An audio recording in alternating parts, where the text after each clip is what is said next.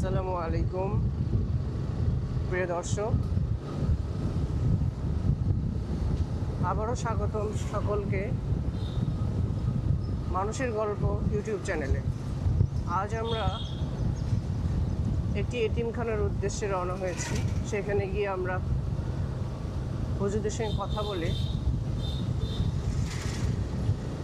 এতিমদের পাশে দাঁড়িয়ে তাদের সাহায্য এবং তাদের খোঁজখবর নেওয়ার জন্য এগিয়ে চলেছি। আপনারা সাথেই থাকবেন। মানুষের গল্প চ্যানেলটি শুধুমাত্র দরিদ্র মানুষের পাশেই থাকে না, বিভিন্ন ধরনের চ্যারিটি যে রয়েছে এবং মাদ্রাসা রয়েছে, আমরা তাদের পাশে থাকি। তো আমরা অলরেডি এসেছি।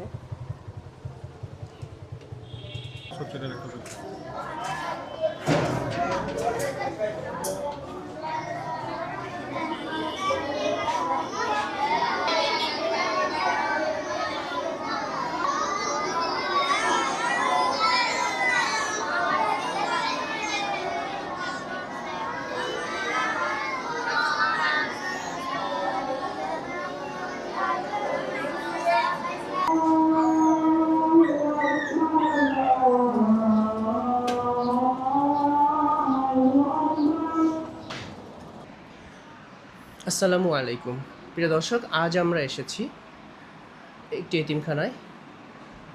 এটির নাম জামিয়া আরাবিয়া ইয়াতিমখানা, খান্দার রোড, বগুড়া। আমরা প্রথমত এখানে এসেই এখানকার বড় হুজুরের সঙ্গে কথা বলছি। আসসালামু আলাইকুম। হুজুর সাহেব, আপনি ওয়ালাইকুম কেমন সালাম। আছেন? আলহামদুলিল্লাহ আলহামদুলিল্লাহ, আপনারা ভালো আছেন তো? ইনশাল্লাহ আলহামদুলিল্লাহ। আমরা একটি সংগঠনের পক্ষ থেকে এসেছি। আমাদের সংগঠনের নাম মানুষের গল্প। আমরা প্রতিবন্ধী, গরিব, দুস্থ, পথশিশু, আমাদের সংগঠনটি এই ধরনের মানুষের পাশে সবসময় থাকার চেষ্টা করে আর কি। তো তারই ধারাবাহিকতায় আপনাদের প্রতিষ্ঠানে আমরা আলহামদুলিল্লাহ এসেছি। তো আপনার এই প্রতিষ্ঠানের ছাত্র সংখ্যা কত? ছাত্র আমাদের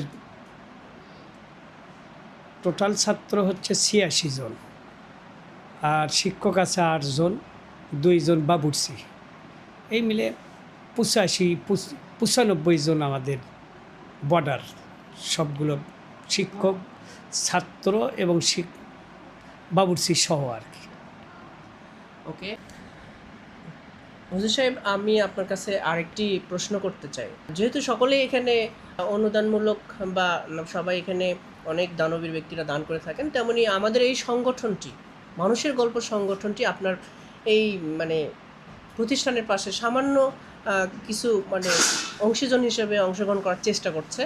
তো আপনি যদি অনুমতি দেন তাহলে আমরা আগামী শুক্রবার ইনশাআল্লাহ বাদ জুমা একটা খাবারের আয়োজন করতে চাই আমাদের সামর্থ্য অনুযায়ী।